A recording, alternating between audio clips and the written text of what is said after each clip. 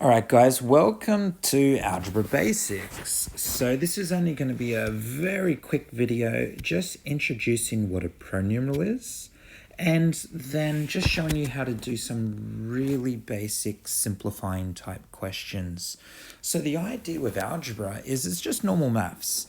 In algebra you learn how to add, subtract, times, divide and all the other sorts of things you do with normal numbers. But with this case here with algebra, we're dealing with numbers that are unknown. The idea is there is a number there, we just don't know the value of it. So say for example, we've got this number here. Like it might be a 4 or it might be a 5. The idea is we actually don't know what the number is, but we still need to write it down. How do you write down a number whose value you don't know? Well, what we do is we just give this number a name.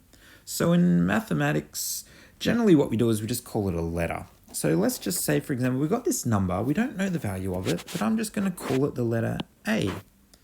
Now when you do that, this unknown number, which we've called A, is what we call a pronumeral. And again, all it is just a number whose value we don't know.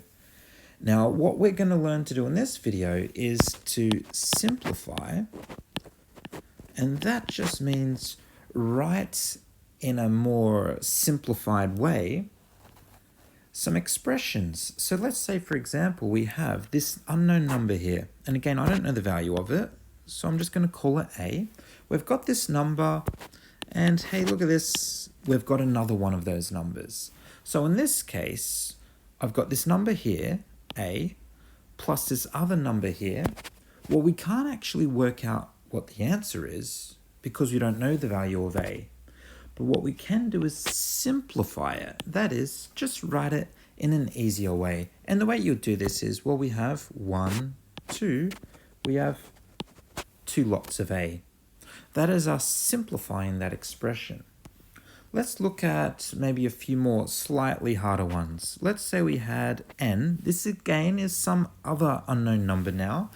I don't know the value of it, but I've given it a name. In this case, I just randomly chose the letter n.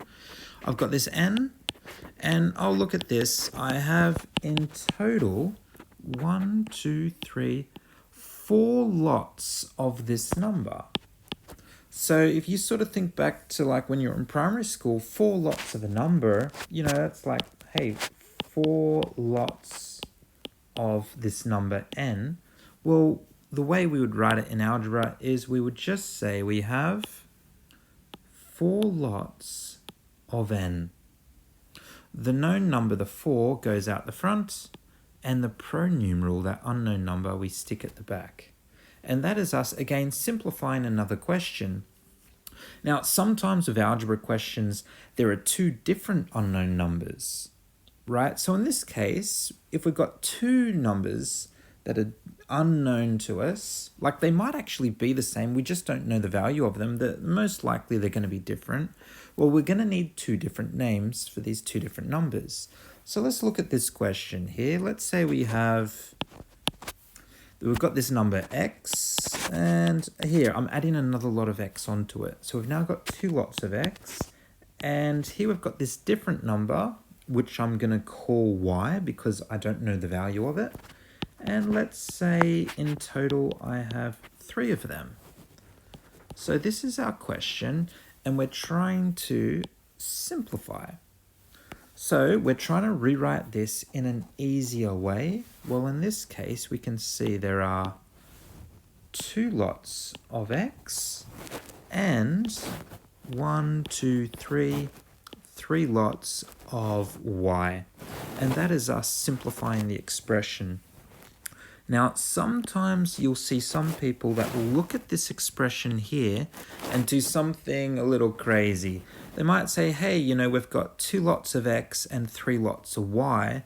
Well, that is, they add the 2 and the 3 because they see the plus there and they write 5xy. But in this case, this is definitely wrong. Make sure you're not doing this yourselves. 5xy means there are 5 lots of xy. That would actually look something like this. There's 1 lot of xy. Here's another lot of xy, another lot of xy. Here's 4 of them, and there is 5 of them. This here would be 1, 2, 3, 4, 5. This is actually what 5 lots of xy looks like, or at least one of the ways that 5xy could look like. So in this case here, if you go back to the original question, you can see we had 2 lots of x, we had 3 lots of y. There wasn't a single xy in it, let alone 5 of them. So your answer would just be 2x plus the 3y. All right, thanks everyone. I hope that makes sense. Best of luck with your studies, and there'll be plenty more of these short little videos just taking us right through algebra from the most basic and up. All right, thank you. Bye.